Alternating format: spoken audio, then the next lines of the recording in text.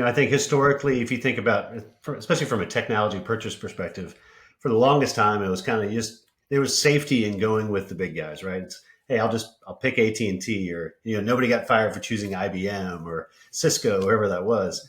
Yeah. But now it's very different, right? A lot of the best providers out here, folks have never heard of them before, right? They're Mm. popping up overnight. They're kind of the small startups, but they become unicorns in 2 years or 6 months. And they don't have Super Bowl ads, and they don't have huge marketing budgets. So how you find those folks and be aware of them and understand them is really a challenge.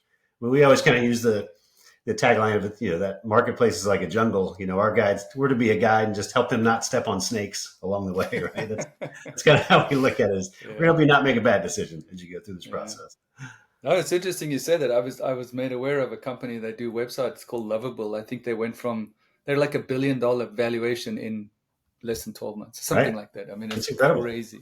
Yeah, we're It's doing a lot now with some clients in the conversational AI, kind of the agentic AI mhm, space, and mhm. there's literally dozens and dozens and hundreds of companies to choose from, and it's very very hard to differentiate those companies right now as well. So Yeah. there's just some nuance there, and take some time to kind of dig through and really understand the differences and what's the right fit.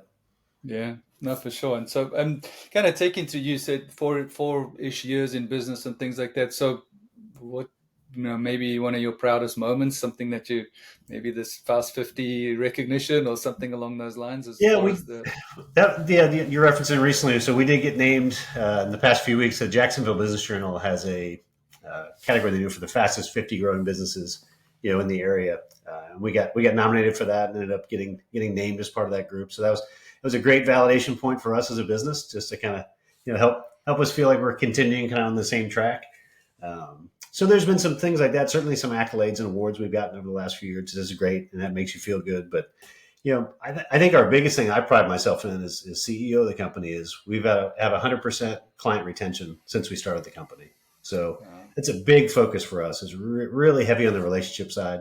I mean, we look at it less as we're trying to sell something, as more we're trying to build a relationship and be an advisor for these clients for the long term. So, you know, companies are faced with a lot of challenges, and I feel like if we have that relationship with the customers, where when they come across a challenge or a new project, that we're that first call. They pick up and call us first, just to see if we even do it, if it's even part of our portfolio. That probably speaks most loudly to me that we're doing the right things. hmm. Is customers keep coming back, they keep trusting us with their business, they keep asking us questions and valuing some of the services we provide. So that's probably the thing that helps me sleep well at night. My family as well. We're going to continue to grow and flourish as a business. Like we said earlier on, I mean, there's the novel concept of doing the right thing, but that is, I mean, that's just feeling good at night, putting your head on the pillow, knowing, you know what, I'm being a good human, Yeah, I I'm don't. helping Yeah, people, and I believe what I'm doing, right? it is, and I don't think you get loyalty from being the cheapest solution out there, right? I think No.